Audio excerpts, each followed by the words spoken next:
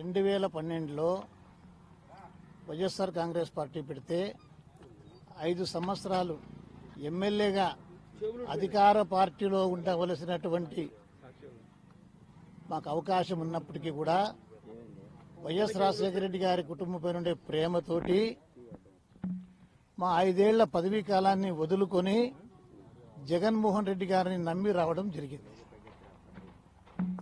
ఆ తర్వాత పలుసార్లు టికెట్ వద్దన్నా కూడా మీకు మంత్రి పదవి ఇస్తాను ప్రభుత్వం వచ్చినప్పుడు అని చెప్పి 2014లో 2019లో కూడా టికెట్ ఇవ్వడం జరిగింది.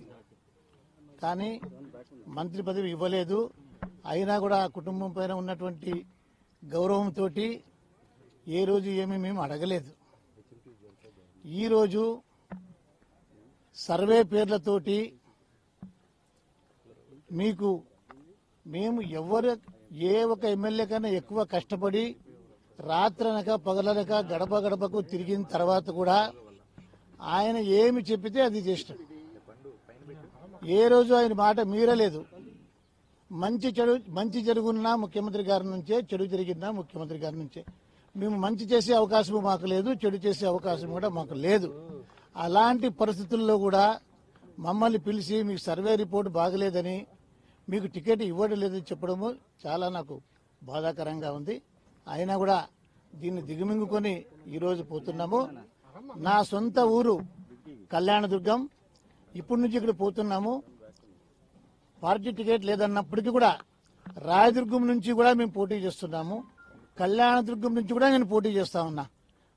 కళ్యాణదుర్గం నుంచి ఇండిపెండెంట్గా కానీ లేదా ఏ పార్టీ టికెట్ ఇస్తే ఆ పార్టీ తరఫున కానీ తప్పకుండా కూడా నేను పోటీ చేసి నేను తప్పకుండా గెలుస్తాను. ఎందుకంటే ప్రజల్లో అంత అభిమానం మా పైన ఉంది.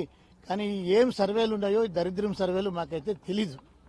అదేవిధంగా రాయదుర్గంలో కూడా మా భార్య తప్పకుండా పోటీ చేస్తుంది. రాయదుర్గం నుంచి కూడా కళ్యాణదుర్గం నుంచి కూడా మా కుటుంబం నుంచి ఎక్కడి నుంచి అవకాశం వస్తే అక్కడి నుంచి పోటీ చేస్తాము, లేదా ఇండిపెండెంట్ గా కానీ పోటీ చేస్తామని మీ అందరికి కూడా తెలియజేస్తున్నాం. కనీసం ఈ రోజు పొద్దున్న నుంచి 10 గంటల నుంచి ఇంతసేపు కూడా ఉన్నాను. కానీ వాళ్ళు ముందుగానే తీసుకున్న నిర్ణయం ప్రకారంగా మాకు చెప్పుకోవడానికి ఎలాంటి అవకాశం కూడా ఇవ్వలేదు.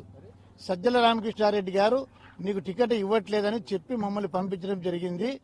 ఎంత అడిగినా కూడా మాకు చెప్పుకోవడానికి అవకాశం కూడా ఇవ్వలేదు.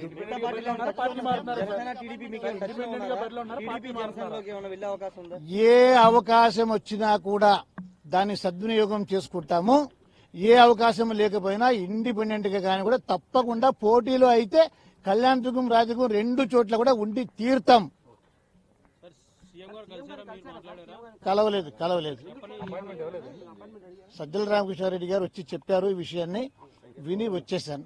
సీఎం గారిని కలుస్తామని చెప్పినాము. ఆయన బిజీ అని చెప్పినారు. ఇంకా ఉదయం 10:30 నుంచి ఇంతసేపు ఉన్నాము. ఇంకా ఇంతకన్నా పెద్ద అవమానం మాకు అవసరం లేదు. కాబట్టి మాకు నమ్మించి తీసుకొని వచ్చి నమ్మినందుకు మా గొంతు కోయడం ఒకటే మిగిలింది. మా జీవితాలు సర్వనాశనం అయిపోయినాయి ఇక్కడికి. కాబట్టి ఇప్పటికైనా కూడా మేము సొంత నిర్ణయాలు తీసుకుని స్వతంత్రంగా బ్రతకాలనుకున్నాం. కాబట్టి తప్పకుండా నేను నా కొడుకు లేదా నా భార్య ఒక దగ్గర పోటీ చేస్తారు.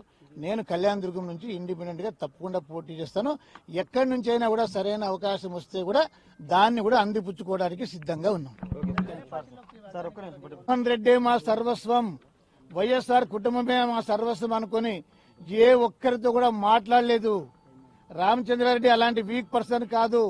ఎవరు ఎన్నిసార్లు ఏదైనా వ్యతిరేకంగా చెప్పినా కూడా గట్టిగా నిలబడి జగన్మోహన్ రెడ్డి గారిని మా దేవుడితో సమానంగా లెక్కేసుకుని వైఎస్ఆర్ ఫోటోని మా ఇంట్లో దేవుడి ఇంట్లో పెట్టుకున్నటువంటి మేము ఇలా గొంతుకొస్తారని ఏ రోజు ఊహించుకోలేదు. మా ఇంటి నిండా కూడా లైట్లు వేసిన జగన్మోహన్ రెడ్డి గారి ఫోటోలనే ఉన్నాయి. ఎక్కడ చూసినా మా ఇంట్లో జగన్మోహన్ రెడ్డి గారి ఫోటోలే కనబడుతున్నాయి, రాజశేఖర రెడ్డి గారి ఫోటోలే కనబడుతున్నాయి. అలాంటి సందర్భంలో రాజశేఖర రెడ్డి గారు తనయుడుగా ఉన్న జగన్మోహన్ రెడ్డి గారు రాజశేఖర రెడ్డి గారి కుటుంబాన్ని నమ్మినందుకు మమ్మల్ని గొంతు కోస్తారని ఏ రోజు ఊహించుకోలేదు.